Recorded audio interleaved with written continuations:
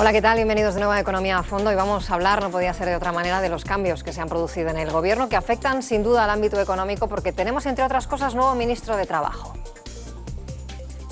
Prometo, por mi conciencia de honor, cumplir fielmente las obligaciones del cargo de ministro de Trabajo. Es Valeriano Gómez, ha sido el hombre elegido por Zapatero para sustituir a Celestino Corbacho, hombre cercano a los sindicatos, afiliado a UGT, se manifestó en septiembre contra una reforma laboral que ahora debe gestionar. Hablaremos de ello, de los retos del nuevo ministro, y debería haberse eliminado el Ministerio de Vivienda en un momento tan crítico para el sector. Hablaremos también de los planes de la Generalitat de Cataluña. Piensa emitir 2.000 millones de deuda en bonos a particulares. Pero ¿por qué ve pegas Moody's en esta operación? Preguntaremos también a nuestros expertos y hablaremos de la guerra de las divisas. El tema preocupa en el ámbito internacional. De ello están hablando ya en Corea los ministros de finanzas del G20. Pero ¿quiénes son los culpables? ¿Cómo nos afecta y cuál es la solución? ¿Y por qué sube China los tipos de interés precisamente ahora? Son preguntas a las que vamos a tratar de responder en esta próxima media hora y lo vamos a hacer en compañía de nuestros dos invitados habituales. Son Emilio Ontiveros, catedrático de Economía de la Empresa de la Universidad Autónoma de Madrid. Hola. Hola. Bienvenido. Y Juan José Toribio, que es profesor y economista del IES. Bienvenido también. Hola, ¿qué tal? ¿Qué tal? Bueno, empezamos hablando, como no, de esos cambios que se han producido ya en el Gobierno, del nombramiento de un nuevo ministro de Trabajo, como es Valeriano Gómez. Estuvo en CNN Plus nada más jurar el cargo y esto es lo que decía. Por supuesto, el mejor acuerdo es siempre el que se firma. Pero no se firmó y el Gobierno tiene que gobernar. Y en ese terreno elegido, en el del equilibrio, es en el que el Gobierno debe intentar seguirse moviendo. Yo no me siento incómodo con esta reforma laboral. Esta reforma laboral es también fruto de mis ideas. Los salarios tienen que crecer ordenadamente, mucho más en un momento de crisis. Pero trabajar más y ganar menos, eso son recetas muy viejas que por fortuna hemos superado. Tenemos que, en efecto, consolidar haciendo que la gente trabaje más tiempo, que las personas trabajen más tiempo, progresivamente. Eso es lo que decía Valeriano Gómez, decía entre otras cosas, yo no me siento incómodo con esta reforma laboral. Se da la paradoja de que se manifestó el 29 de septiembre contra esa reforma laboral que ahora debe gestionar. Esto es algo de lo que se ha hablado después de su nombramiento. ¿Cómo valoráis este nombramiento de Valeriano Gómez? ¿Es el hombre que necesita el Ministerio de Trabajo? Bueno, yo creo que hay que insertarlo en el cambio de gobierno, ¿no? Porque aunque sea una decisión fundamentalmente política, tiene una trascendencia económica en un momento como el actual, en el que la erosión de la confianza de los agentes económicos, tanto españoles como no españoles, tenía que ver también con la presunción de cansancio, de agotamiento del propio gobierno, ¿no? Y yo creo que en el cambio que se ha hecho, pues se ha introducido una variable que fortalece, por así decirlo, que por lo menos frena la erosión de esa confianza, y es la experiencia.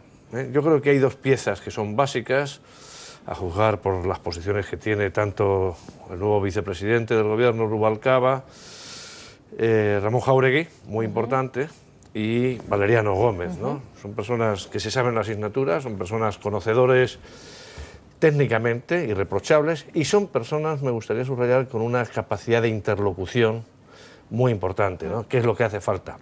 Desde luego, ¿qué es lo que hace falta en trabajo? Valeriano Gómez es una persona con experiencia en economía laboral dilatada, que estuvo de secretario general en el anterior gobierno cuando era ministro de Trabajo, quiero recordar, Caldera, que ha publicado, que conoce esos temas y que mantiene una disposición a servir de puente y a aplicar una reforma, y a mantener una interlocución con los sindicatos. Por lo tanto, esos dos denominadores comunes, respeto técnico y capacidad de diálogo tanto territorial como en el seno de los colectivos, a mí me parece que son dos señales que le ha venido al gobierno muy bien y que refuerzan ese caudal de experiencia que es necesario en un momento como que sea suficiente para que la confianza de los agentes remonte pasado mañana.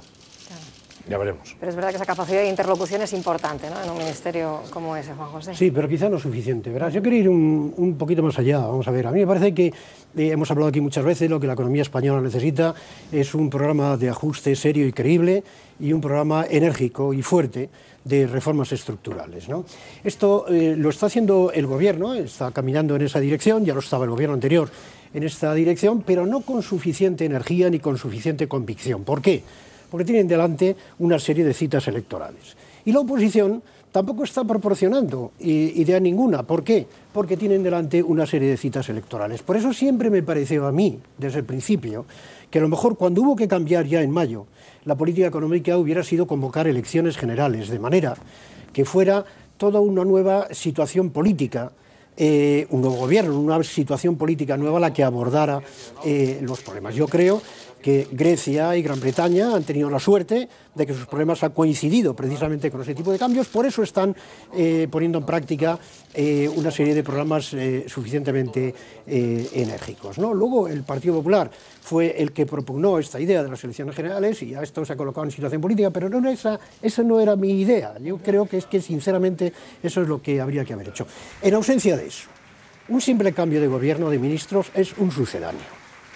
Puede abrir un poquito más de confianza, hombre, abre siempre unos días, pero es un sucedáneo de lo que yo creo que había que haber hecho. Y este cambio de gobierno en concreto, a mí me parece que desde el punto de vista económico añade poco. Ya el equipo del Ministerio de Economía es bueno, nunca lo he criticado, me parece que lo hacen bien, simplemente tienen esas limitaciones políticas y electorales que decía, pero no hay cambio en eso, y se incorpora al Ministerio de Trabajo alguien que viene de la UGT. A mí me parece bien esa capacidad de interlocución, pero me habría parecido muy mal que fuera ministro de Trabajo alguien de la COE. Y por la misma razón, me parece igual de mal que sea ministro de Trabajo alguien de la UGT. Me parece que en este tema sí es necesario un acuerdo y que la forma mejor de lograr un acuerdo es poner a alguien mixto. En concreto, dice el nuevo ministro de Trabajo que él no se siente incómodo con la nueva reforma laboral. Yo sí me siento incómodo con la reforma laboral. Creo que debe ir bastante más allá. Pero insisto, esto quizá habría que hacerlo en un contexto político distinto, para lo cual un simple cambio de gobierno no es suficiente, ¿no? Ha sido, sin embargo, una remodelación más amplia de lo que se esperaba. Ha habido cambios en trabajo, ha habido cambios en más ministerios, pero de lo que aquí vamos a hablar es de lo que interfiere o tiene que ver con el ámbito económico. Hay otro ministerio del que también me gustaría preguntaros, es el Ministerio de Vivienda, en un momento en el que el sector de la vivienda atraviesa un delicado momento. Se prescinde de él, Beatriz Corredor pasa de ser ministra a ser secretaria de Estado y va a asumir las competencias de vivienda, fomento. Me gustaría preguntaros por ello. ¿Creéis que es conveniente el que se prescinda de este ministerio ahora o no? Bueno, yo creo que es un poco relevante, ¿no? De todas formas, frente a la opinión generalizada de que hay que suprimir ministerios o hay que cargarse el Ministerio de la Vivienda, etcétera, yo soy de la opinión de que igual que en las organizaciones, en otro tipo de organizaciones, ya sean las organizaciones empresariales, las organizaciones sin fines de lucro, la Iglesia Católica, el Ejército, las unidades funcionales tienen que responder a las prioridades y a los centros de atención de la acción de gobernación en ese momento, ¿no? Por lo tanto, lo que me parecería un error es que siguiéramos con los mismos ministerios de hace 50 años. Entonces, no, los ministerios se ajustan y vemos como, por ejemplo, en algunos países se crean ministerios en función de prioridades, digamos, durante 3 o 4 años, que tienen que ver con determinadas tecnologías, con la innovación, con la vivienda, que es una política en la que efectivamente se tenía que poner mucha atención, porque la realidad ha demostrado teníamos un problema, ¿no? Primero, la importancia relativa de la vivienda en la economía española y la construcción residencial es muy superior a cualquier otra. 2, la trascendencia de ese sector es grande. 3, en las familias, en las familias españolas tiene un papel específico grande.